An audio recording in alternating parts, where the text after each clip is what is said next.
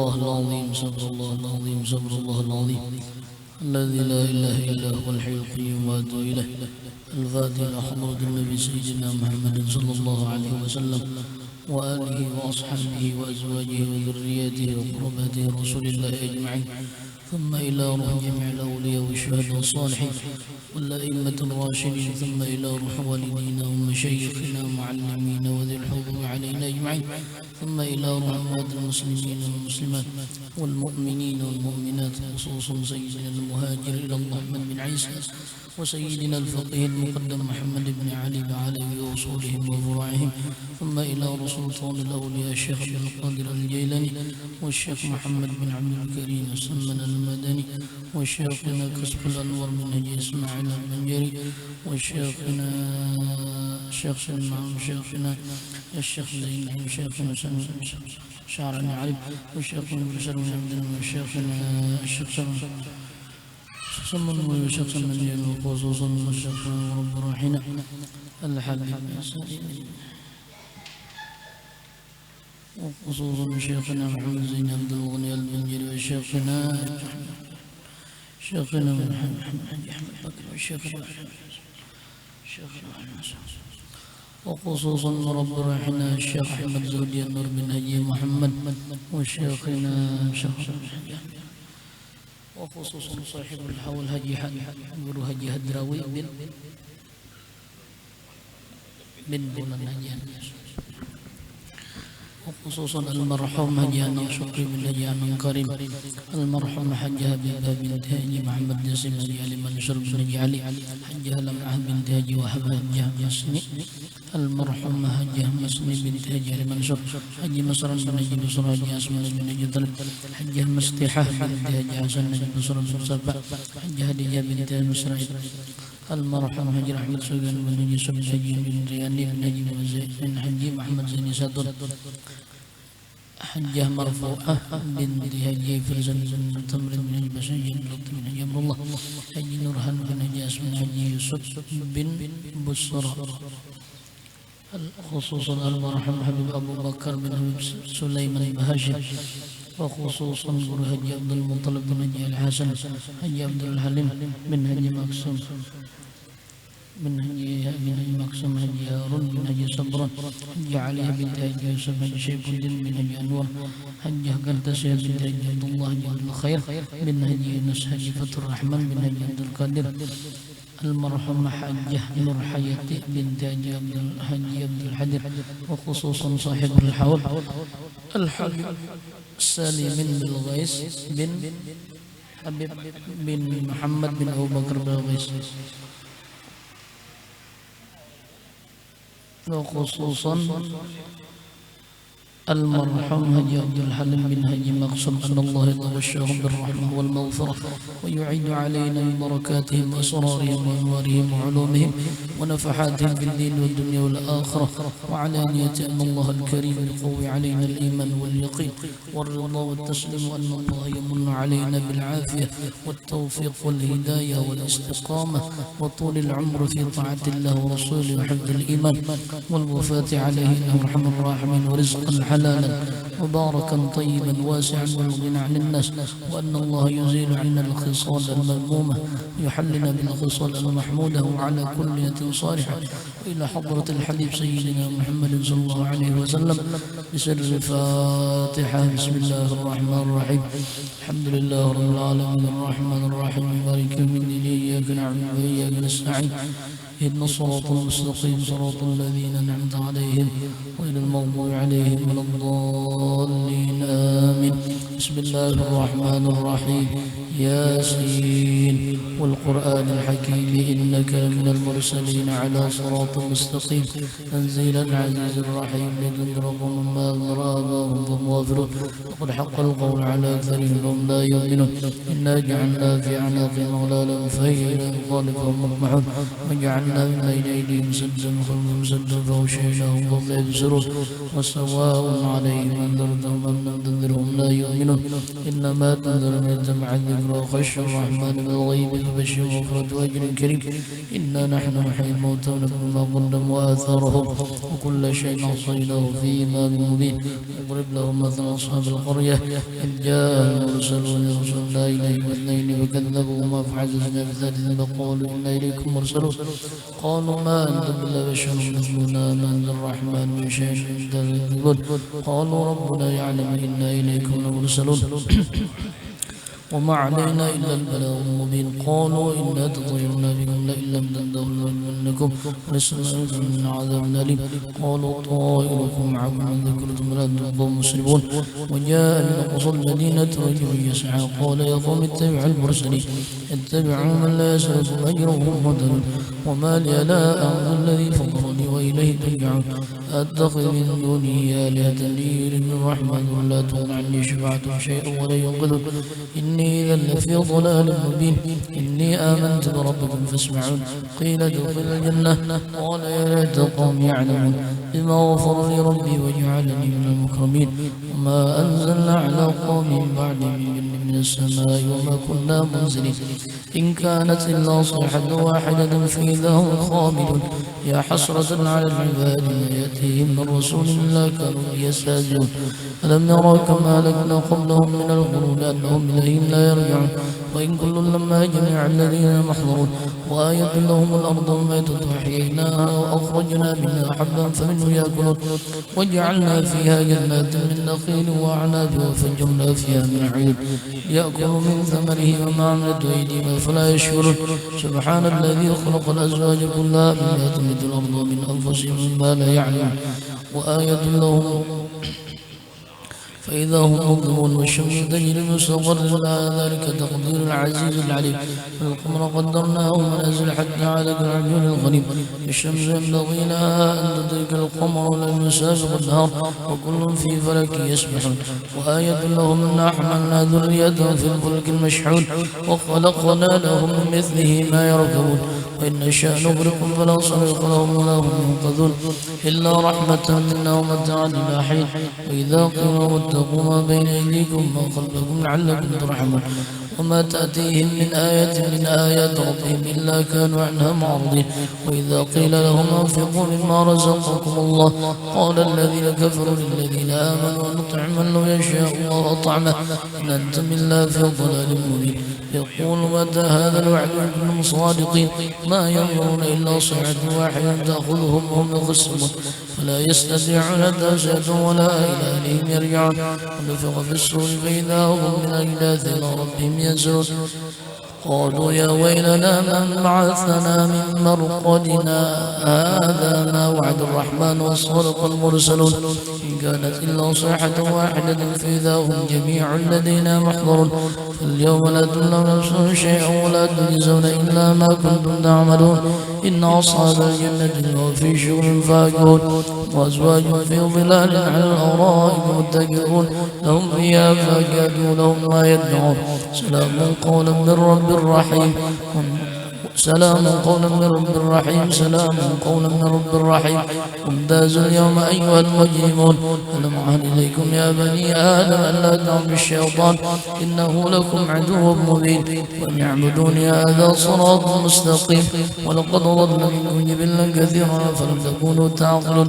هذه جهنم التي كنتم توعدون اصلوها اليوم بما كنتم تكفرون. اليوم نختم على أفواههم لكل منهم نشهد أرجلهم بما كانوا يكسبون. ولو نشاء لطمسنا على أعينهم فاستبقوا الصراط فأنى يبصرون. ولو نشاء لمسخناهم على مكانتهم فاستطاعوا مضيا ولا يرجعون. ومن نعمره نكس في الخلق فلا يعقلون. وما علمناه الشعر وما ينبغي له إن هو إلا ذكر وقرآن مبين لينذر من كان حيا ويحق القول على الكافرين. ولم يروا أنا خلقنا لهم مما عملت أيدينا أنعاما فهم لها مالكون. وذللناها لهم منها ركوبهم منها يأكلون لهم فيها منافع الشر فلا يشكرون. واتخذوا من دون الله آلهة لعلهم ينصرون. لا يستطيعون نصرهم وهم لهم جند محضرون. فلا يحزنك قولهم إنا نعلم ما يسرون وما يعلنون ولم ير الإنسان أنا خلقناه من نطفة فإذا هو خصيم مبين وضرب لنا مثلا ونسي خلقه قال من يحيي العظام يا رميم قل يحيي الذي أنشاء أول مرة وهو بكل خلق عليم الذي جعل لكم من الشجر الأخضر نارا فإذا أنتم منه توقدون وليس الذي خلق السماوات والأرض بقادر على أن يخلق مثلهم بلى وهو الخلاق العليم إنما أمره إذا أراد شيئا أن يقول له كن فيكون سبحان الذي بيده ملكوت كل شيء وإليه ترجعون صدق الله على منوابه شيخنا محمد بن عبد الغني وأحمد زهدي النور بن حديث محمد وعلى ما نوى صاحب البردة سيد شرف الدين محمد البوصري وإلى حضرة النبي الفاتحة. بسم الله الرحمن الرحيم صراط الذين أنعمت عليهم. بسم الله الرحمن الرحيم الحمد لله منشئ الخلق من عدم ثم الصلاة على المختار في القدم مولاي صل وسلم دائما أبدا على حبيبك خير الخلق كلهم يا رب صل على من حل في الحرم محمد المصطفى خص بالكرم من تذكر جيران بذي السلام ما جسد معجرا مقلة بدم ممهبة يوم تلقي كاظمة وأمضى البرق في الظلماء من الله فما لعينك إن كنت فامت وما لقلبك إن كنت السبيض يحسب الصف أن الحب منكتم ما بين منسجم منه ومضطرب لولا الهوى لم ترد دمعا على طلل ولا ركت ذكر بني والعالم فخفت تذكر حبا بعدما شهدت به عليك عود الدم والسقم وأثبتت وذخت عبرة وضنا مثل البهار على خدك والعالم من أمسر طيف من وفأرقني والحب يعترض اللذة بالألم يا لئيمي في هوى العذر معذرة مني إليك ولا صف لدلني على الجحال يا لسر بمستدر عن الرشاد ولا دئيب منعصم محطني النصح لك لست أسمعه إن المحب عن عذر في صممي إن انتهى أن تنصي الشيب في عدل والشيب أبعد في نصف عنيد فإن أمرتي بسوء مكتاظ من جراب نذر الشيب والأرم ولا أعادت من الفعل الجميل كرضف ألم برأس غرم تشمل كنت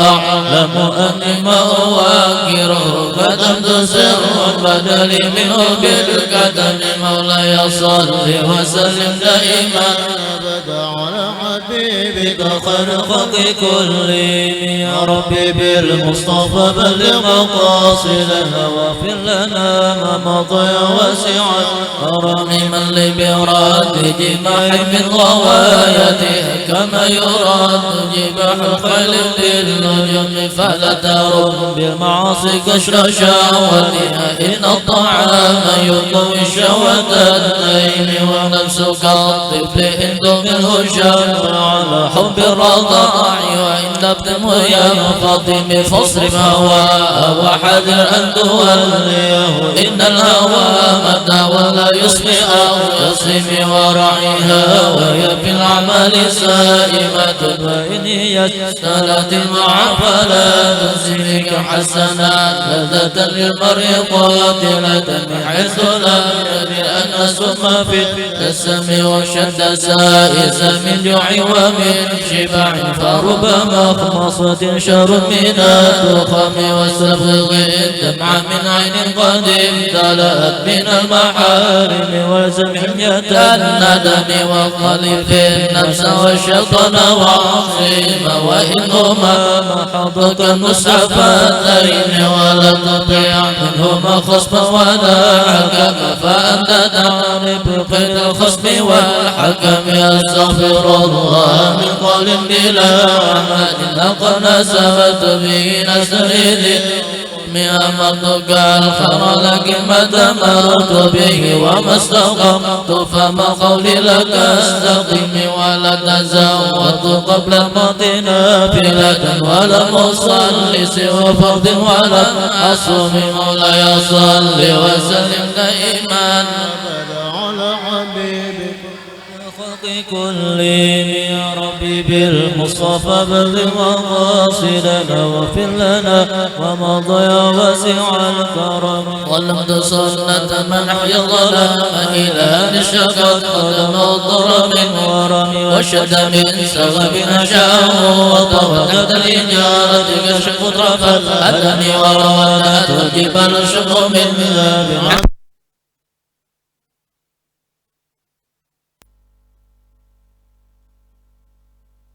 على العصم وكيف تدعو إلى دون ضرورة لولا لم نرجد من العدم محمد سيد الكونين وسقطني والفريق برب ومن عجم نبينا الأمير النبي فلا أحد أمر في قليلا منه ولا نعم والحبيب الذي ذل شفاعته لكل أمر من الأول مقتعم والحبيب الذي ذل شفاعته ولكل أولد من الأول مقتحم والحبيب الذي ترجى شفاعته لكل أول مقتحم دعا إلى الله فالمصدقون به مصدقون بهب غرما فاسم فوق نبينا في خلق وفي خلق ولم يدانوا في عم ولا كرم وكلهم برسول الله ملتمس غرفا من البر رشفا من الديار واقفون الذي عند حد من نقطة العلم ومن شقة الحكم وهو الذي تم معناه وصورته ثم صفاه حبيب بريء نسم منزه عن شارك بمعادنه فجار الحسن في الغرم دم عنه نصر في نبيه وقم بما شئت من نبيه واتقي فاصل إلى الذي ما شئت من شرف فاصل إلى قدره ما شئت من عظم فإن فضل رسول الله ليس له حد فيعرف عنه نطق بفم لو نسبت وهو يده عظم اسمه حين ينعدر سر من لم يمتحن بمدع يذكر به ألف علينا فلم أرد ولا ابنين يا الغرام فمعناه فليس يرى القرب والقرب من غرق فإنك شدد الله للعنين بعد صغرة وتكن فمن عمل وقف يدرك في الدنيا حقيقته قمني متزل عنه بالعلوم فمبلغ العلم في أنه بشر وأنه خلق لله كله وكل آية ترسل كرام فإنما اتصلت من نوره فإنه شرف الكواكب ويظهرن أنوارها لنصف الظلم أكرم بخلق نبي زنه خلق المحسن والشمير بشر متسم كالزر في الترم والبدر في شرف والبر في كرم والدر في إمامك أنه ووضع بجلالته في عسكر نطلقه وفي عشمك أنما البلور المقنون في صدف من بعدنا منه ومبتسم لطيف يعدل ضرا أعظمه طبلق نشك منه ومرتزم ولا يصلي وسلم دائما أبدا على حبيبك خلق كلهم يا ربي بالمصطفى بمقاصدنا واغفر لنا مرضى واسع الكرم أبنا مولده عقل بعنصره يطيب مبتدأ منه ومقتدم يوم تفرس في البس أنه مقدر بحلول الأنفس والنقم وبدء والقص والمصر كشف أصحابك زغر ملتئم والنار خامدة البسم عليه والنار سلعن من سدم وساسا وتنضت حيرتها ورد واردها بالوجه نظم كان بالنار بالماء من بلد وبالماء بالنار من والجند تاتب والعمر ساتعا والحق يظهر بمعنى ومن نعم وصم فإن البشائر تسعى بارقة الدار لم تسمي من بعد ما أخبر مكاين بأن دينهم وجلد وبعد ما ينفي الأرض من شعب نقضة وقم في الأرض من صنم حتى وداع طريق وهم نازل من الشياطين يقوى إكرام أزم كأنه مهرب أفضل أبراد عسكر بالحصى من راحة خير من الذنبين على تسبيح ببطنهما المسبح من الشيء ملتغم مولا يصلي وسلم دائما أبدا على حبيبك خير كل يا ربي بالمصطفى بلغ مقاصدنا واغفر لنا ما مضى يا آت دعوتي الأشجار سيلة تمشي إلي على ساق بلا قدم كأنما سترا لما كتبته روحها من بعد عطفات في اللقم مثل الغمام أن السهر سائرة تبكي حرات سل الأجر حمي أقسمت بالقمر المنشق إن له من قلبه نسبة مرورة القسم وما حوى الغرب من خير ومن كرم وكل طرف من الكفار عنه عمي فالصدق في الغر والصدق لم يرم وهم يقولون ما في الغار من علم ظن حمام وظن العنكبوت على خير البرية لم تمسس ولم تحمي وقاية الله أمنت عن مضافة من الدروع وعمال من الهضم ما سأمني ترضيما واستجرت به إلا ونلت جوارا بإذ لم يضم ولم تمس من الدارين من يدي إلا استلمت ندى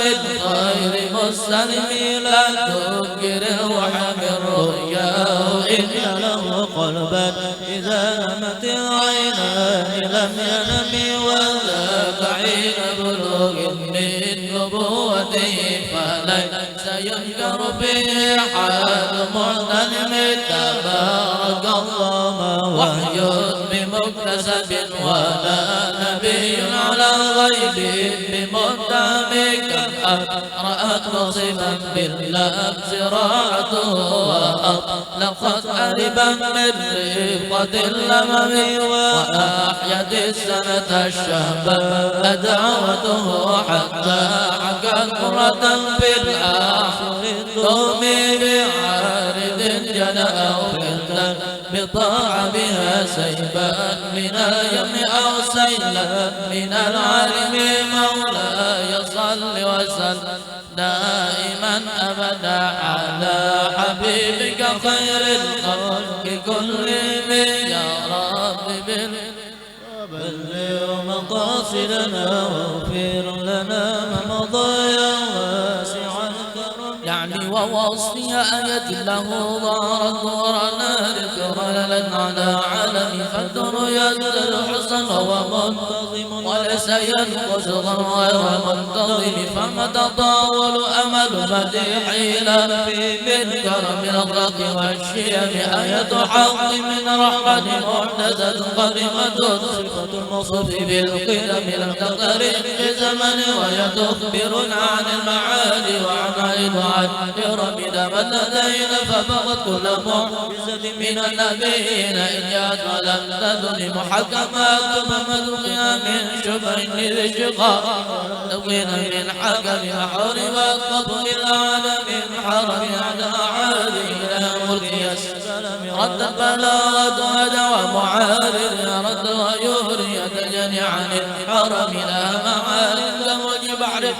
بعدد جوهري بالحسن والقيم فما تعد ولا تصع جائرها السلام على الزاد الساد قرب بها عد قرية فقل لقد فرد بحبل الله فانتظمي ذاتها قبة حرنا لظى فتحر لظى قرنها الشبم كأنها الحبل تميض الوجوب من الصاد وقد جوقت وكالصراط وكالميزان معادلة الرغس من وجه بنس لم يقمن عجبا لحسن ينكرها تجولا ووعن حذك الفيل قد تنكر العين ضاع شمس من رمد الفرط من سقط ولا يصلي وسلم دائما على حبيبك خلقك كلهم يا ربي بالمصطفى بالمقاصد اغفر لنا ما مضى وسع يا خير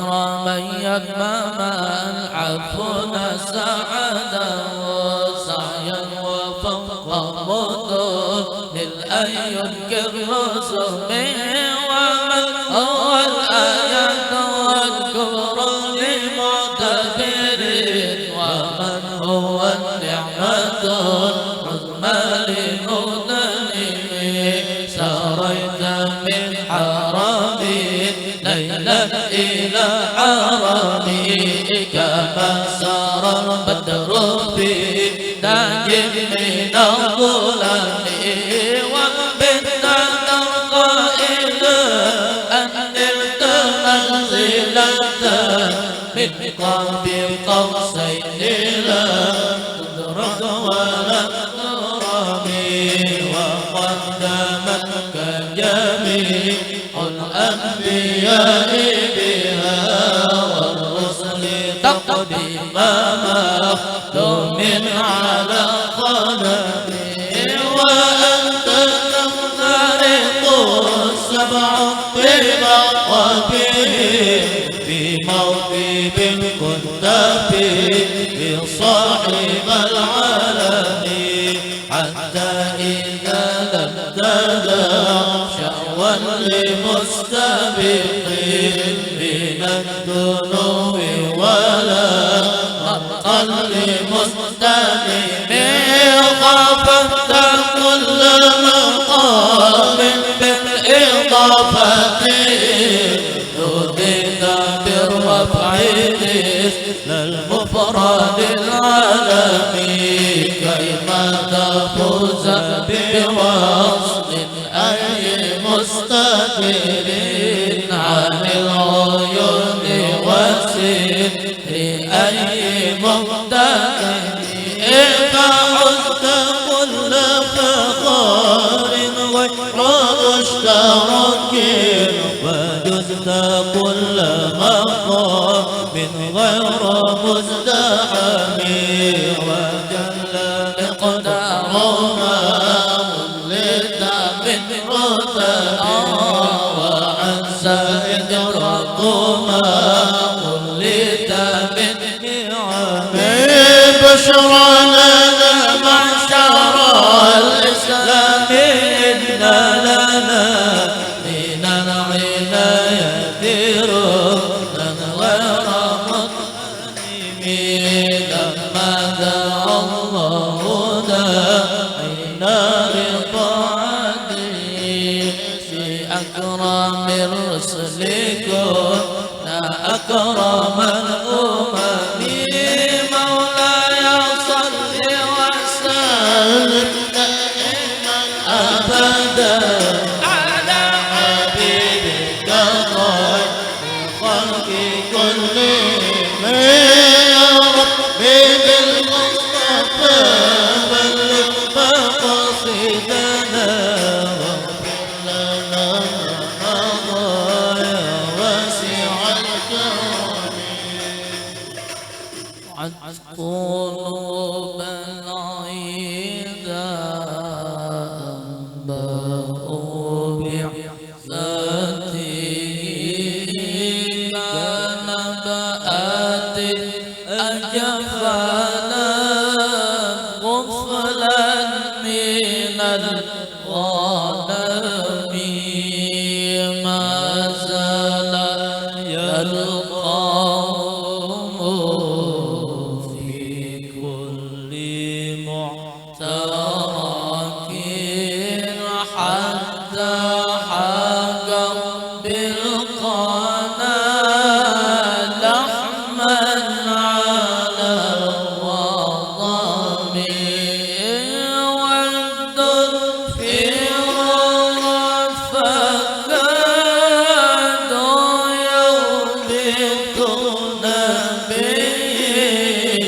أشلت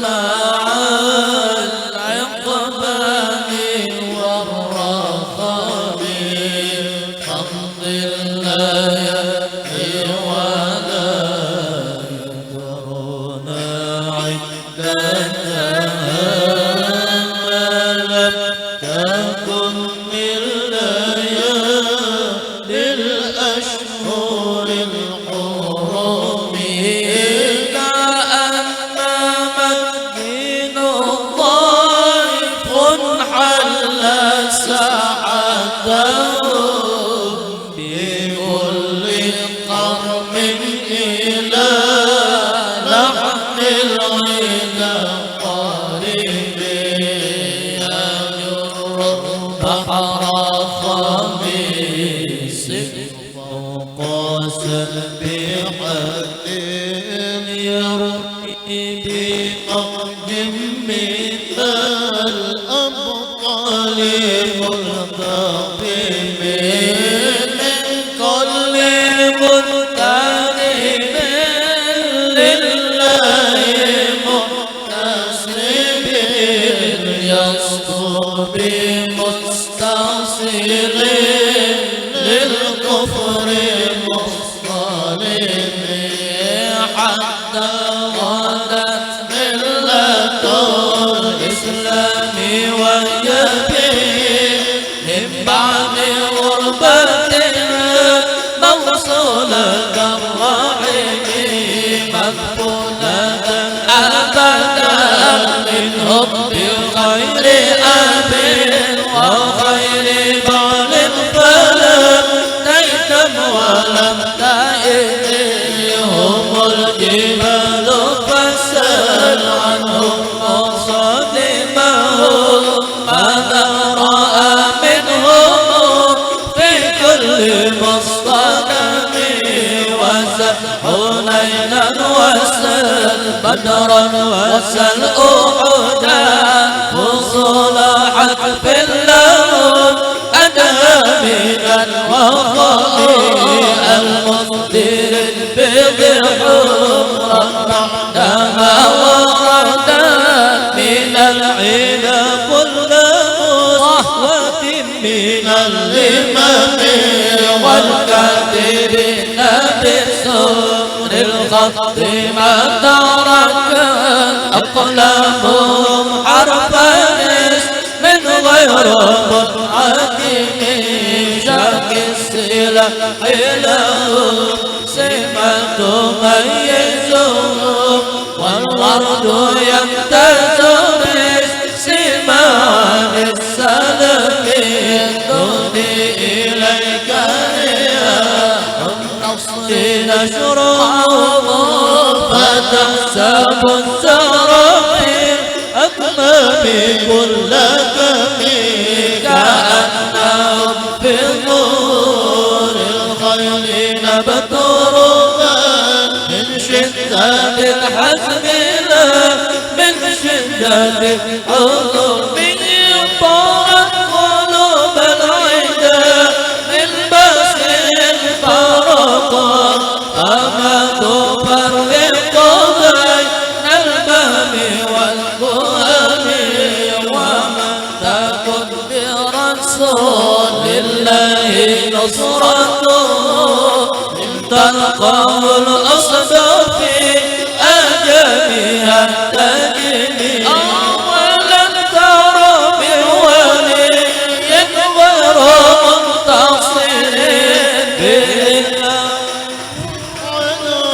غير منتصر أحل أمته بحرز ملته كالذي حل عن عش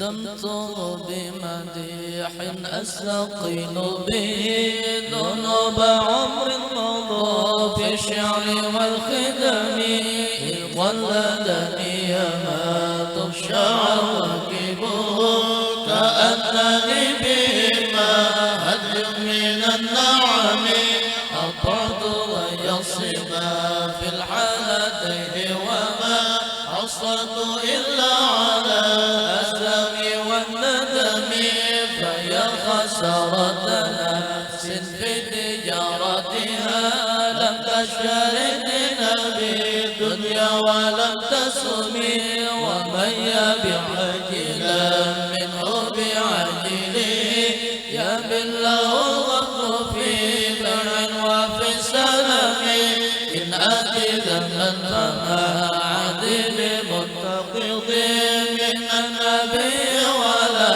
حبل بمنصرم فإن لذمة منه بتسميته محمدا وهو أوفى الخلق بالذمم إن لم يكن في معاد أخذا بيدي فضلا وإلا فقل يا زلة القدم حشاه أن يحرم الرجيم كريمه أو يرجع الجرم غير محترم ومنذ ألزمت كريم دائحه وجدته لخلاص خير ملتزم ولن يفوت الغنى منه يدا تربا إن الحياة ينبت الأزهار في الأكم ولم أرد زهرة الدنيا التي طفت يا ابا زهير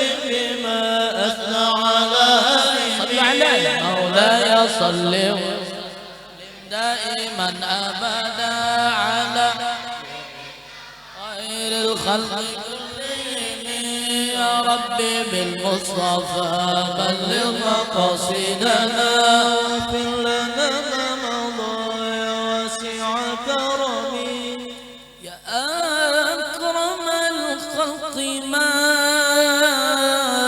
لي ما ألوذ به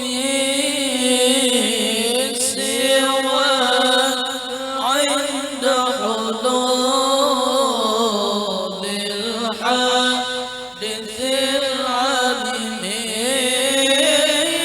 ولا يضيق رسول الله جاءك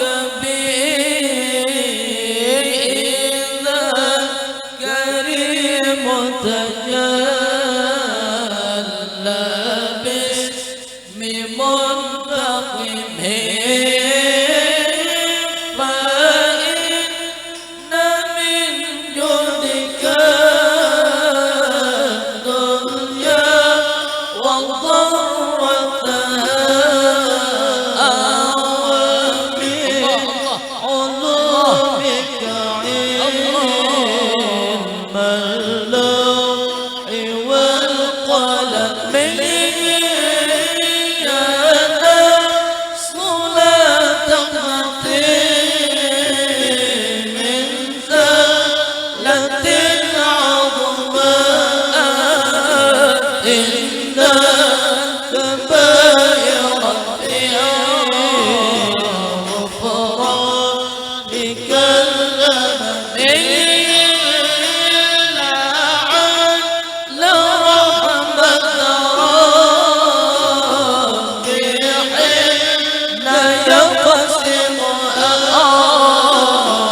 تنزيل على حسب العصيان في القسم يا رب واجعل غرب عكس لديك واجعل سابقا رب خرم واغضب بعملك في الدارين إن له صبرا متى تدعو الأهوال ينهزم بصلاة منك دائمة على النبي بمنهل ومنسجم والآل والصحب ثم التابعين له أهل التقى والعلم والكرم ثم رضا أبي بكر وعن عمر وعن علي وعن عثمان ذي الكرم ما رفعت عذبات البدر حطما وأقرب الأسعاد العيس بالنغم يا رب بالمصطفى بلغ مقاصدنا واغفر لنا رمضان آمين آمين يا رب بالمصطفى بلغ مقاصدنا واغفر لنا رمضان واسع الكرم يا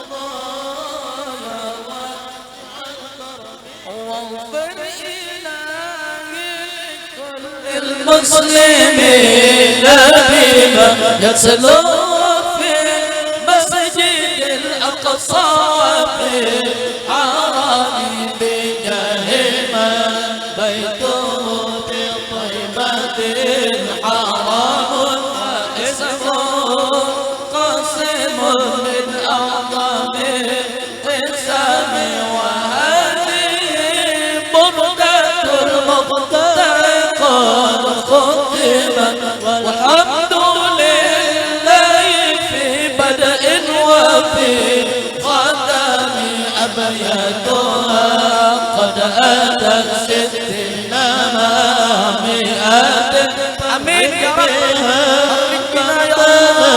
وسع الكرم أبياتها قد أتت 60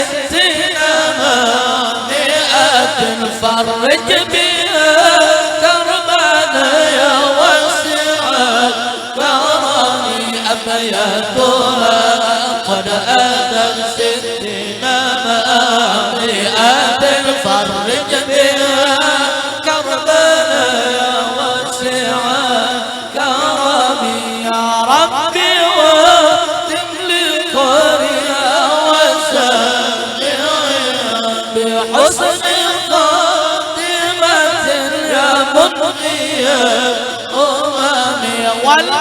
والمسلمين جميعا كلما تليت آمن تذكر جهاد بالسلام يا أرحم الراحمين أرحم الراحمين يا أرحم الراحمين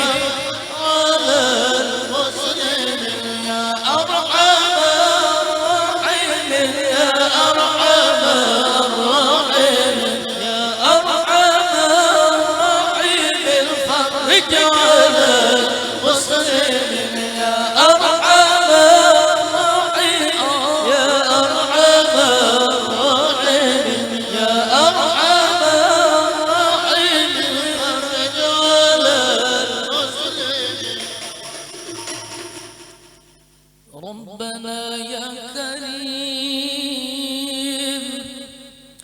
يا ربنا يا رحيم أنت الجواد الحليم وأنت نعم المعين يا أرحم الراحمين يا أرحم الراحمين يا أرحم الراحمين فرج على المسلمين رب يحيينا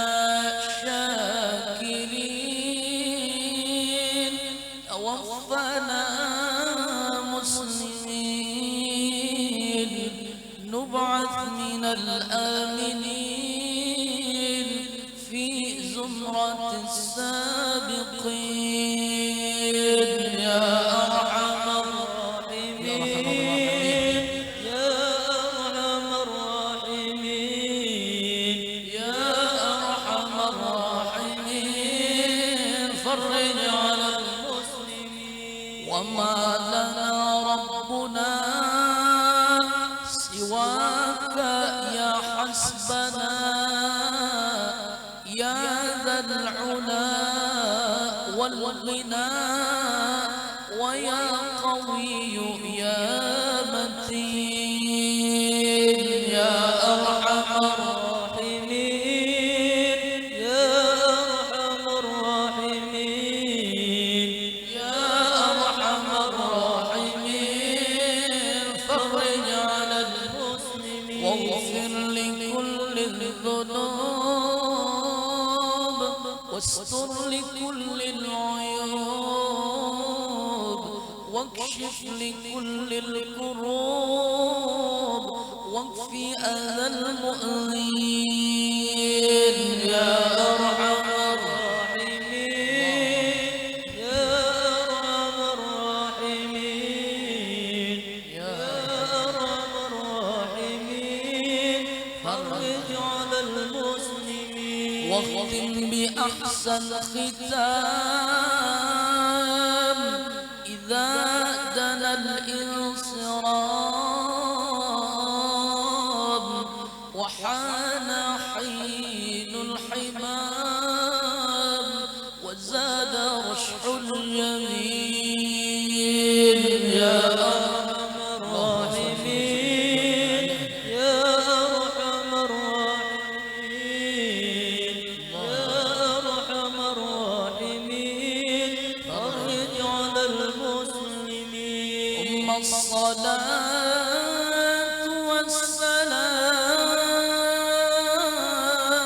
والسلام على شفيع الأنام والآل نعم الكرام والصحب والتابعين يا أرحم الراحمين يا أرحم الراحمين يا أرحم الراحمين فرج على المسلمين يا مولانا يا مجيب يا حاضرا لا يغيب توسلنا إليك بالحبيب وشيخنا تقضي حاجاتنا والمسلمين قريب يا أرحم الراحمين يا أرحم الراحمين يا أرحم الراحمين فرج على المسلمين يا من يرى ولا يرى وفضله عمن ورى يا من يرى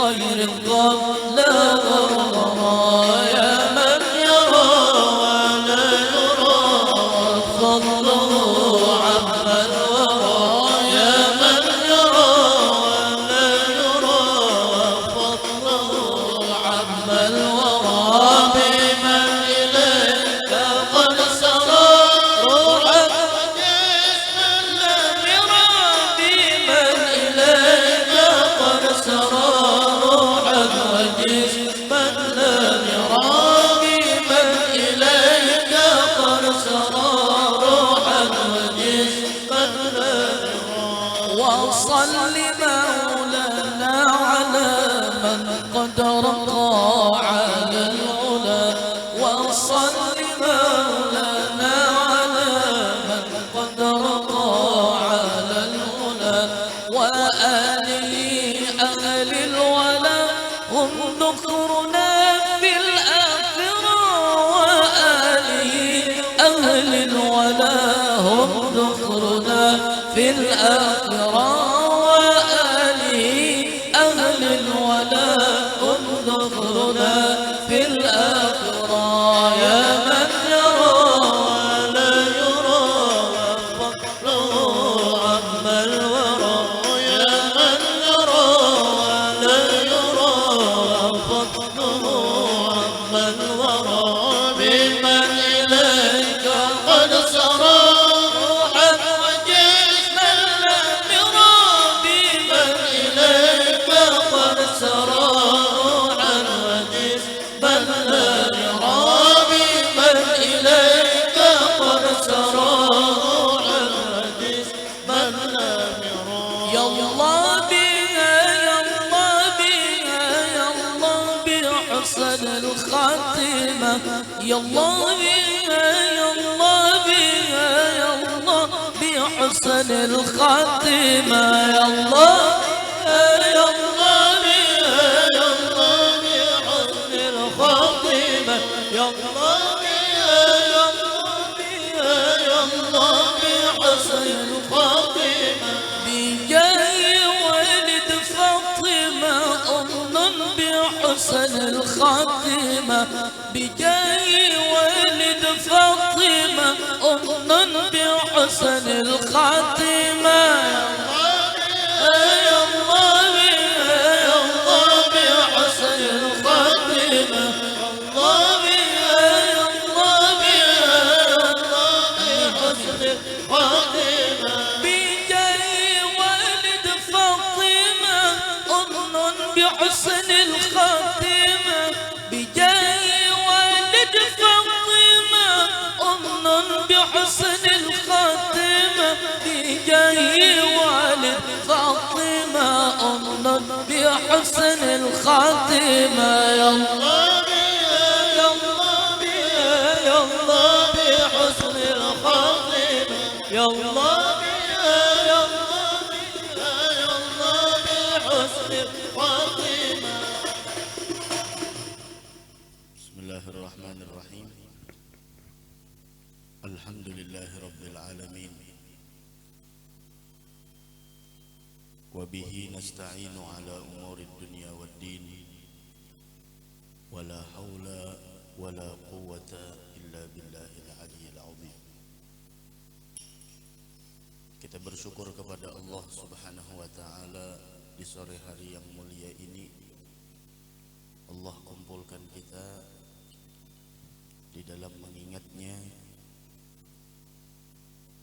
dan Allah kumpulkan kita di dalam sama-sama kita bersolawat kepada Nabi kita Muhammad sallallahu alaihi wa ala alihi wasallam. Harapan kita kepada Allah dengan keberkahan ini majlis dan dengan keberkahan perkumpulan yang mulia ini, mudah-mudahan Allah mengampuni segala dosa dan kesalahan kita, dan mudah-mudahan segala hajat kita dikabulkan oleh Allah, dan sahibul bait mudah-mudahan senantiasa dilimpahkan keberkahan oleh Allah Subhanahu wa taala, dan semoga kita diberikan keselamatan dunia wal akhirah, dan mudah-mudahan keadaan husnul khatimah. Amin amin ya rabbal alamin. Tidak ada hal yang paling menyakitkan perasaan iblis la'natullah alaih, melainkan ketika iblis tersebut mendengar salah seorang dari hamba Allah meminta agar dia wafat dalam keadaan husnul khatimah, sehingga iblis sendiri mengakui sebagaimana yang disebutkan oleh Al-Imam Al-Qutb Al-Habib Abdullah bin Alawi bin Muhammad Al-Haddad. Beliau di sana di dalam kitabnya Nasaihud Diniyah menyebutkan bahwasanya iblis mengatakan qasama dhahri, telah mematahkan tulang punggungku setiap seorang hamba yang meminta kepada Allah agar diwafatkan dalam keadaan husnul khatimah. Setiap kita tidak ada yang tahu bagaimana akhir hayat kita seperti apa. Ulun kada tahu dan pian pun kada tahu. Justru ketidaktahuan kita tentang bagaimana cerita akhir kehidupan kita di dunia ini, dari situlah guru-guru kita mengajarkan jangan pernah menganggap diri kita lebih baik dari orang lain. Bahkan Al-Imam Al-Ghazali Abi Hamid Muhammad bin Muhammad Al-Ghazali, beliau mengajarkan kepada kita agar senantiasa mempunyai sebuah sifat yang permanen di dalam hati kita, bahwa siapapun yang kita temui jangan pernah menganggap diri kita lebih baik dari orang tersebut.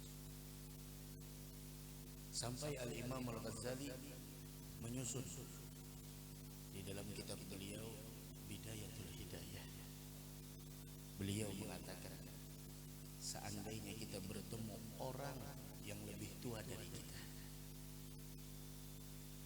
jangan pernah kita menganggap diri kita lebih baik dari orang tersebut, tapi katakan orang ini lebih dulu ada di dunia, tentu orang ini adalah lebih dahulu di dalam beribadah kepada Allah ketimbang diriku, sehingga muncullah di sana perasaan orang ini lebih baik daripada aku. Ketika berjumpa dengan orang yang lebih muda dari kita, terkadang orang tua ketika berjumpa dengan orang yang lebih muda darinya, bawaannya di sana meremehkan orang yang lebih muda darinya, tidak menghargai apa yang dilakukan oleh orang tersebut karena dirinya tua. Tapi Al-Imam Al-Ghazali mengajarkan kepada kita agar apapun yang dilakukan oleh orang lain hargai. Dan beliau mengajarkan kepada kita selalu memandang kekurangan dalam diri kita dan kesempurnaan ada di dalam diri orang lain. Sehingga beliau mengatakan, jika kita bertemu dengan orang yang lebih muda dari kita, katakanlah, sungguh dia beruntung. Kenapa? Dia baru dilahirkan, otomatis aku orang yang lebih dahulu dilahirkan darinya, dan aku lebih banyak dosa dari orang tersebut. Kebalikan dari yang pertama. Kemudian kata Al-Imam Al-Ghazali, ketika bertemu dengan para ulama, mereka yang dimuliakan oleh Allah Subhanahu wa ta'ala dengan ilmu pengetahuan agama, maka katakanlah, beruntung mereka. Mereka beribadah kepada Allah, menyembah Allah dengan ilmunya, sehingga otomatis kita yang beribadah dengan keterbatasan ilmu, nilainya berbeda di sisi Allah. Jangan kita samakan orang yang mempunyai ilmu dengan orang yang tidak mempunyai ilmu. Bagaimana mungkin kita menyamakannya? Allah pun di sana tidak menyamakan. Sehingga Allah mengatakan dalam Al-Quran, hal yastawil ladina ya'lamuna wal ladina la ya'lamun. Apakah kiranya sama orang yang mempunyai ilmu pengetahuan dengan orang yang tidak? Semuanya tidak sama. Bahkan mereka orang yang mukmin dengan orang yang pendosa tidak sama di sisi Allah. Afaman kana mu'minan kaman kana fasiqan la yastawi. Tidak sama. Dari karena itu Allah mengatakan di dalam Al-Qur'an lahum darajat inda rabbihim. Mereka itu punya derajat masing-masing seperti kita di dunia. Ada orang yang duduk di pemerintahan, ada orang rakyat biasa, seperti itulah. Kemudian ketika ulama melihat orang awam, ini hati-hati. Kadang-kadang seorang ulama ketika melihat orang awam, orang yang jahil, i'tiradnya luar biasa. Tapi jangankan kita dengan orang yang tidak punya ilmu pengetahuan, orang pendosa pun kita jangan pernah menganggap diri kita lebih baik daripada dirinya. Sehingga Al-Imam Al-Ghazali mengatakan jika kita melihat orang yang jahil, tidak punya ilmu pengetahuan agama, maka katakanlah dia jauh lebih baik dariku. Kenapa? Dia seandainya melakukan kemaksiatan yang dia lakukan berdasarkan karena ketidaktahuannya. Sedangkan diriku tahu banyak ilmu agama tapi aku tidak mengamalkan, bahkan aku melakukan sebuah kemaksiatan atas dasar pengetahuan yang ada dalam diriku. Otomatis orang yang mempunyai ilmu pengetahuan tidak mengamalkan akan ilmunya, dia disiksa oleh Allah terlebih dahulu dari para penyembah berhala.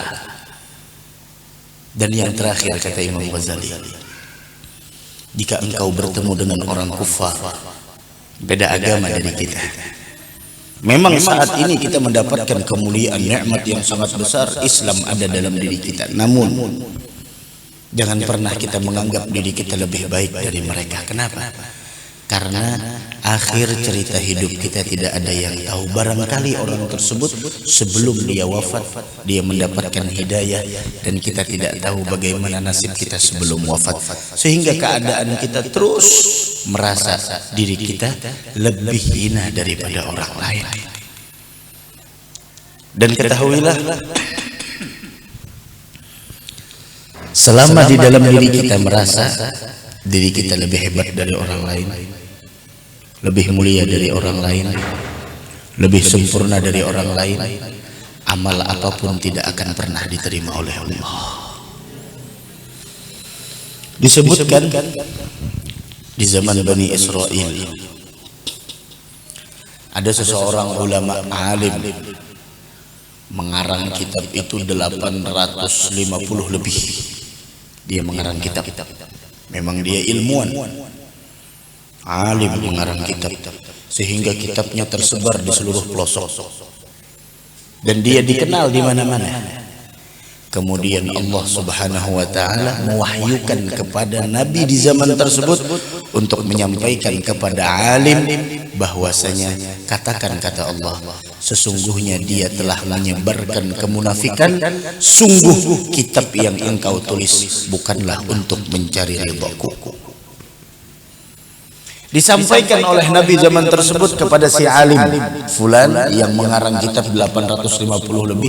Ketika dia mendengar Nabi itu menyampaikan apa yang disampaikan oleh Allah, dia pun menangis. Dan seketika kitab yang ada di dalam dirinya, yang di dalam kepemilikannya, dia bakar sekitar 850 lebih karangannya. Tidak lama kemudian dia masuk ke sebuah gua. Dia pun di sana beribadah di sana, menyembah kepada Allah Subhanahu wa taala.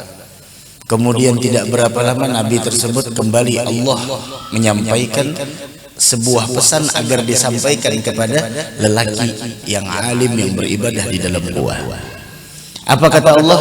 Sampaikan bahwasanya aku tidak meridainya dengan ibadah yang dia lakukan. Nah, ini yang luar biasa. Aku tidak meridainya dengan ibadah yang dia lakukan. Disampaikan lagi kepada Nabi zaman tersebut, kepada alim zaman tersebut oleh Nabi, bahwasanya Allah tidak meridai apa yang kau lakukan.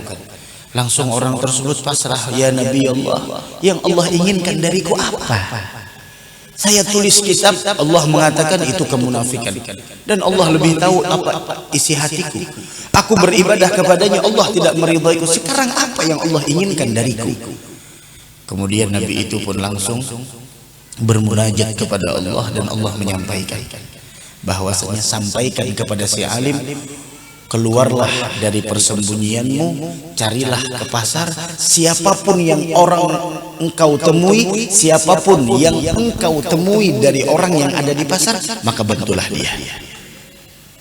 Dan siapapun yang engkau temui dari orang miskin, dari orang fakir, dari orang dhaif, orang lemah, dari anak yatim, dari orang-orang yang perlu dengan bantuanmu, bantulah dia, dan jangan pernah merasa dirimu lebih hebat dari orang lain. Dia pun keluar dari persembunyiannya, dia pun keluar dari khalwatnya menuju ke pasar, dan dia pun merasa dirinya tidak mempunyai kedudukan sedikit jua pun. Pada saat itulah Allah mewahyukan kepada Nabi di zaman tersebut, sampaikan kepada si alim bahwasanya aku telah meridainya. Coba lihat. Maka dari karena itu, mari kita berusaha, siapapun orang yang kita temui, jangan pernah merasa diri kita lebih baik dari orang lain. Nabi kita Muhammad sallallahu alaihi wasallam beliau bersabda di dalam sebuah hadis, bihasbi imri'in minasyarr ay yahjira akhahul muslim. Kata Nabi Muhammad, cukuplah keburukan menimpa kepada seseorang ketika dia menghinakan saudara muslim lainnya. Coba lihat ketika kita menghinakan orang lain. Maka dari karena itu lihat Nabiullah Sulaiman alaihi salatu wassalam. Bagaimana Nabiullah Sulaiman alaihi salatu wassalam yang diberikan oleh Allah subhanahu wa ta'ala kekuasaan dunia dan kemuliaan untuk dari segi agama. Beliau adalah penguasa, beliau adalah umara, dan beliau adalah orang yang dijadikan seorang nabi, anak dari Nabiullah Daud alaihi salatu wassalam. Tapi dengan itu lihat apa yang dikatakan oleh Nabiullah Sulaiman. Dengan kekuasaan yang beliau miliki, dengan kekayaan yang beliau miliki, kemudian lagi dengan pangkat nabi yang beliau dapatkan, apa kata beliau? Hadza min fadli Rabbi. Ini semua adalah anugerah dan karunia dari Tuhanku. Sambungannya apa? Liyabluwani aashkuru am akfur. Itu biasanya kalau di Timur Tengah di mana-mana tertulis, di Mekah, di Madinah, di mobil depan-depan rumah pasti bertuliskan Masya Allah la quwata billah hadza min fadli Rabbi. Di mobil-mobil biasanya Masya Allah la quwata illa billah hadza min fadli Rabbi. Kenapa seperti itu? Yang pertama mengingatkan bahwa ini semua adalah anugerah dari Allah. Yang kedua apa? Apalagi kalau di Hadramaut, Pak, biasanya di Hadramaut itu ainnya kuat. Ain itu bukan sihir. Orang melihat apabila ia kadang mengucapkan Masya Allah la quwata illa billah atau tidak mengucapkan salawat, maka apa yang dia lihat tersebut akan hancur seketika. Sesuatu yang menakjubkan, umpama ada rumah yang mewah, melihat seperti ini rumah mewah, kadang mengucapkan Masya Allah la quwata illa billah, rumah bisa kadalawas ada kerusakan di dalamnya. Ada kita bisi baju, ulun pernah ketika mondok di sana hanyar bulah baju, tuntung bulah baju pakai karena malam Jumat hendak maulid sama Habib, pakai kamis sore. Ada kawan orang Arab, orang Hadramaut melihat, kadang mengucapkan Masya Allah la quwata illa billah, keluar lawang langsung terkait rabit langsung. Makanya kalau di orang, apalagi di sana ada pernah dahulu orang yang punya suaranya bagus luar biasa, pada akhirnya kena ain karena yang kebanyakan melihat kadang mengucapkan Masya Allah la quwata illa billah. Apalagi di Shibam, ada kota Shibam di sana itu ainnya luar biasa. Bahkan mobil lewat pun kalau kada diucap di Masya Allah atau salawat, mobil itu langsung mungkin bannya yang langsung kempes atau apa, kerusakan terjadi. Nah itu yang kedua. Tapi kalau kita di sini ainnya lemah, Mungkin karena kebanyakan maksiat atau apa yang dilihat sehingga ya seperti itulah. Tapi kan ada salahnya kita bertuliskan hadza min fadli rabbi. Kadang-kadang tulisnya sampai hadza min fadli rabbi. Ini adalah anugerah karunia dari Tuhanku. Sambungannya liyabluwani. Nah itu. Coba orang pemerintahan mengucapkan semacam itu, maka dia akan ingat tentang amanah yang ada dalam dirinya. Hadza min fadli rabbi. Ini adalah anugerah dari Tuhanku. Liyabluwani, untuk mengujiku, aashkuru am akfur, apakah aku bersyukur dengan nikmat tersebut atau lantaskah aku kufur dengan nikmat yang Allah berikan kepadaku. Orang-orang pemerintahan, orang yang diberikan rezeki lebih, kita yang diberikan kesehatan, kita yang diberikan nikmat oleh Allah, terus ucapkan hadza min fadli rabbi, sehingga timbullah di sana rasa bersyukur kepada Allah Subhanahu wa taala. Mudah-mudahan Allah jadikan kita hamba yang bersyukur insyaallah. Dengan inilah Sayyidina Mu'adz bin Jabal radhiyallahu taala anhu wa ardah diwasiatkan oleh Nabi kita Muhammad agar selalu membaca sebuah doa yang dibaca setiap kali setelah selesai salat 5 waktu. Apa doanya? Allahumma a'inni ala dzikrika wa syukrika wa husni ibadatik. Ini dibaca tuntung sembahyang, Allahumma inni ala dzikrika wa syukrika wa husni ibadatik. Diletakkan habis selesai salat lagi, luar biasa. Allahumma a'inni, ya Allah bantu aku. Ketika kita mengucapkan a'inni, bantu aku, menyadari bahwasanya diri kita adalah hamba. Yang namanya hamba adalah sifatnya lemah. Yang namanya lemah, la haula wala quwwata illa billah. Allahumma a'inni ala selalu ingat kepadamu. Kenapa orang bisa maksiat? Karena dia lupa dari Allah. Kenapa orang jadi kita sembahyang? Karena dia lalai dari Allah. Kenapa dia mencuri? Karena dia lupa kepada Allah. Kenapa dia mengambil hak orang? Karena dia lalai dan tidak ingat kepada Allah Subhanahu wa taala. Seandainya orang tersebut ingat kepada Allah, maka orang tersebut senantiasa di dalam ketaatan dan ibadah kepada Allah Subhanahu wa taala. Ketika seorang hamba hidup di dunia ini tidak mengingat Allah, fastahwadha alaihim syaitan, maka mereka tersebut dikuasai oleh syaitan. Fa ansahum dzikrullah dalam Al-Qur'an. Ulaika hizbus syaitan, ala inna hizbas syaitan humul khasirun. Itulah syaitan, orang yang tidak ingat kepada Allah. Makanya kita bersyukur ada perkumpulan semacam ini, ada urunan arisan di kampung-kampung mengingatkan kita kepada Allah, maka rumah pun akan menjadi berkah, maka tempat pun akan mendatangkan kebaikan dengan perkumpulan semacam ini. Allahumma inni ala dzikrik wa syukrik, dan bersyukur kepadamu, menghargai terhadap nikmat Allah sekecil apapun. Sehingga disebutkan oleh Al-Imam Al-Haddad, di antara cara syukur kita kepada Allah atas nikmat yang diberikannya kepada kita, bahwa jangan memandang nominal atau nilai nikmat tersebut, tapi pandanglah siapa yang memberi nikmat. Hari ini kita berapa maksiat? Dari tadi malam kita maksiat. Tapi ketika di pagi hari masih ada kita makan pagi masih dikasih sama Allah. Di atas itu lagi rezeki tidak diputus oleh Allah. Makan siang masya Allah dikasih oleh Allah. Sampai saat ini masih diizinkan untuk menghembuskan nafas secara gratis. Seandainya Allah menyiksa kita atas satu maksiat yang kita lakukan, mungkin kita tidak akan pernah didudukkan oleh Allah di tempat seperti ini.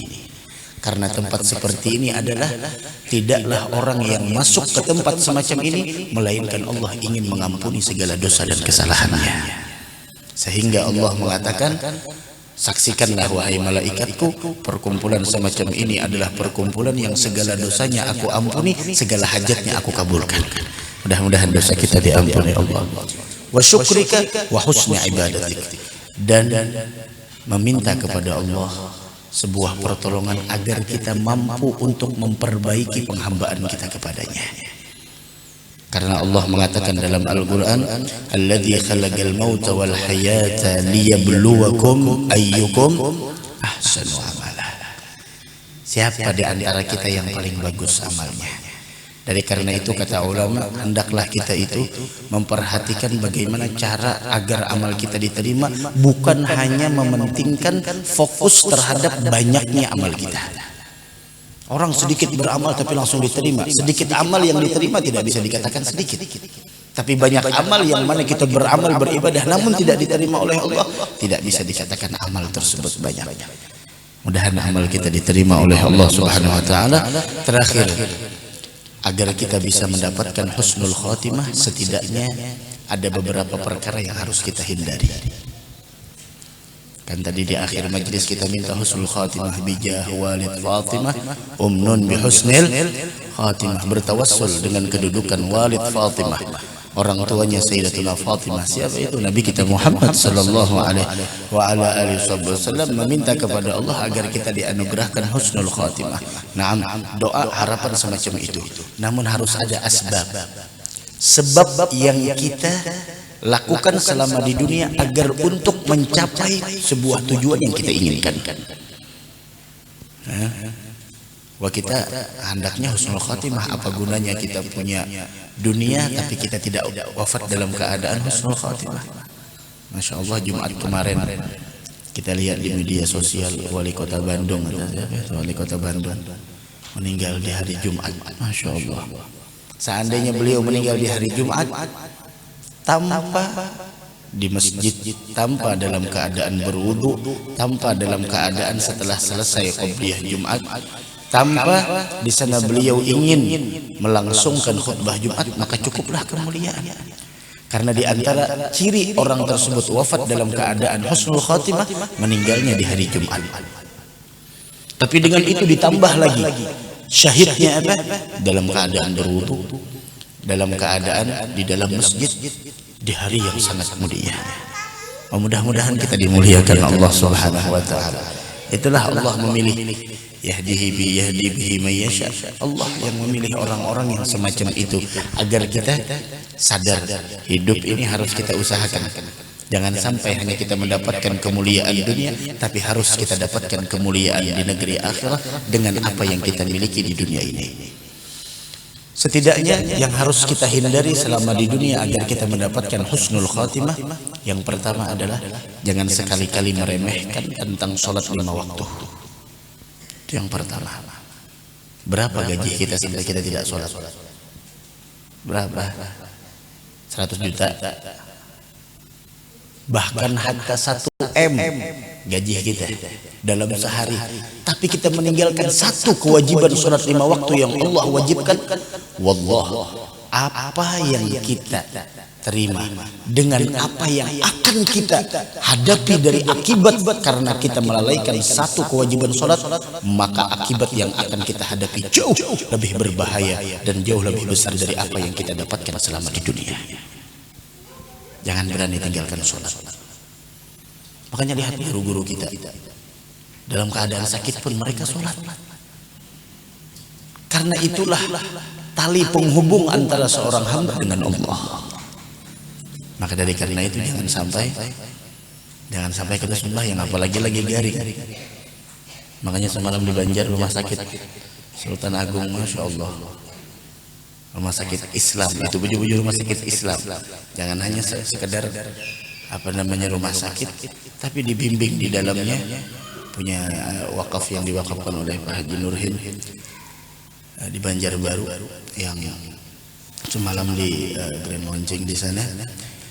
Bagaimana ketika sakit ada program mereka, yaitu adalah agar si pasien tersebut dibimbing, bukan hanya sekedar ditanya udah sholat atau belum, bukan hanya sekedar diingatkan, tapi ditawarkan kepada mereka pasien tersebut bagaimana mungkin pasiennya mau sholat tapi tata caranya tidak bisa.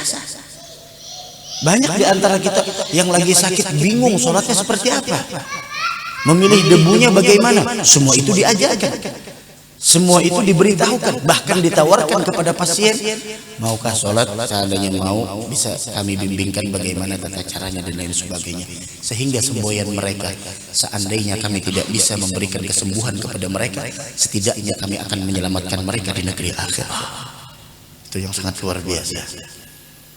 Karena walau bagaimanapun Nangaran kita garing, rumah sakit walaupun maksimal di dalam pelayanannya, di dalam menyembuhkan kita, yang namanya kalau sudah akhir hayat kita berhenti selesai.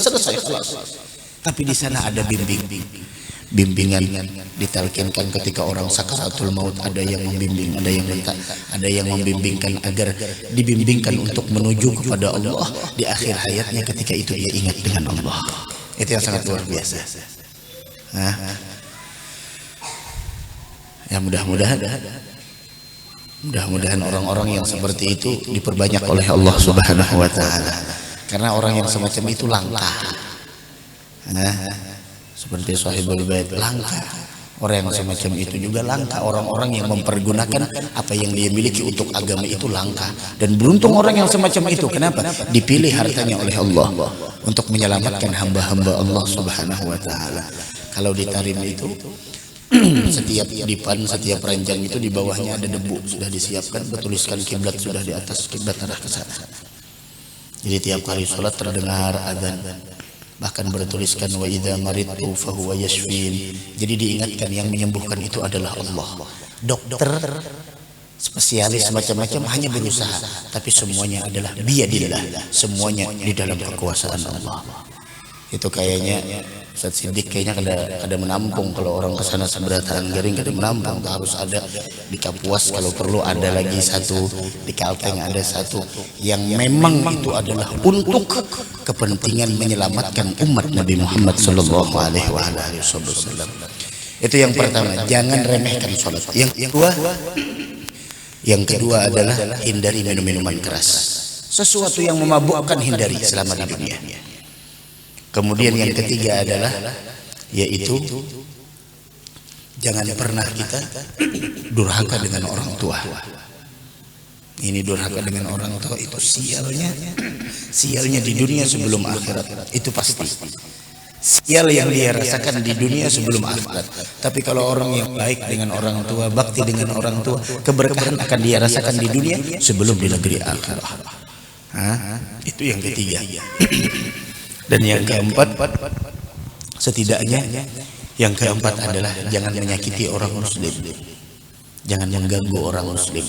Dengan empat inilah insya Allah kita akan mendapatkan husnul khatimah.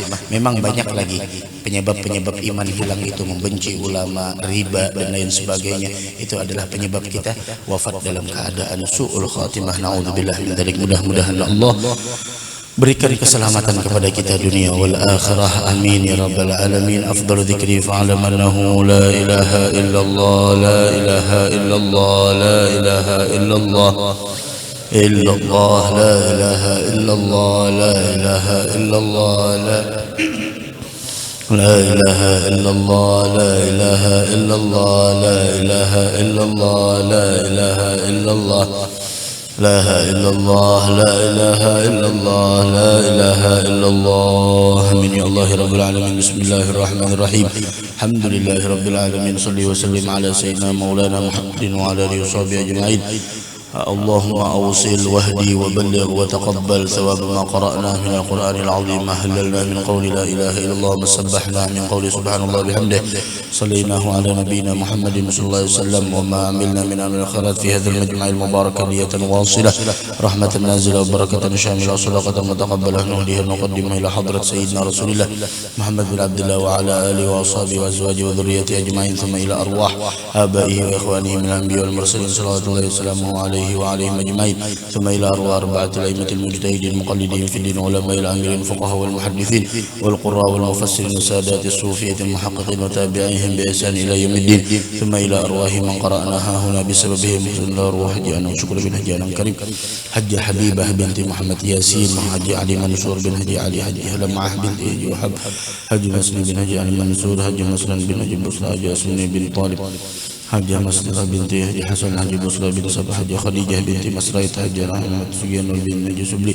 Hajjah Yuyun Indriani binti Haji Muhammad Zaini Sadul Hajjah Marfu'ah binti Haji Filsanudin Nur Tamrin bin Basri Haji Abdul Latif bin Haji Amrullah Haji Nurhan bin Haji Asmini Haji Yusni bin Busra Abu Bakar bin Haji Sulaim Bahasuni Haji Muttalib bin Haji Ali Hasan Haji Abdul Halim bin Haji Maksum Haji Harun bin Sabra Haji Aliyah binti Haji Usuf Haji Sabri bin Nur Haji Qadasiyah binti Haji Abdullah Haji Abdul Khair bin Haji Yunus Haji Fatur Rahman bin Haji Abdul Qadir Haji Nur Hayati bin Haji Abdul Hadir Allahumma ila arwahi man dajahum garabahu min amwatil muslimin kafatan amatan man lahum zair wa la zair lahum thumma ila arwahi abaina wa ummahatina wa ajdadina wa jaddatina wa jami' qarabatina wa jami' amwatil المسلمين والمسلمات والمؤمنين والمؤمنات اللهم اغفر لهم وارحمهم وعافهم واعف عنهم واجعل قبورهم روضة من رياض الجنة ولا تجعل قبورهم حفرا من حفر النار برحمتك يا عزيز يا غفار ربنا اغفر لنا ذنوبنا ولإخواننا الذين سبقونا بالإيمان ولا تجعل في قلوبنا غلا للذين آمنوا ربنا إنك رؤوف رحيم ربنا آتنا في الدنيا حسنة وفي الآخرة حسنة وقنا عذاب النار صلى الله على سيدنا محمد وعلى آله وصحبه وسلم الحمد لله رب العالمين تقبل الله منكم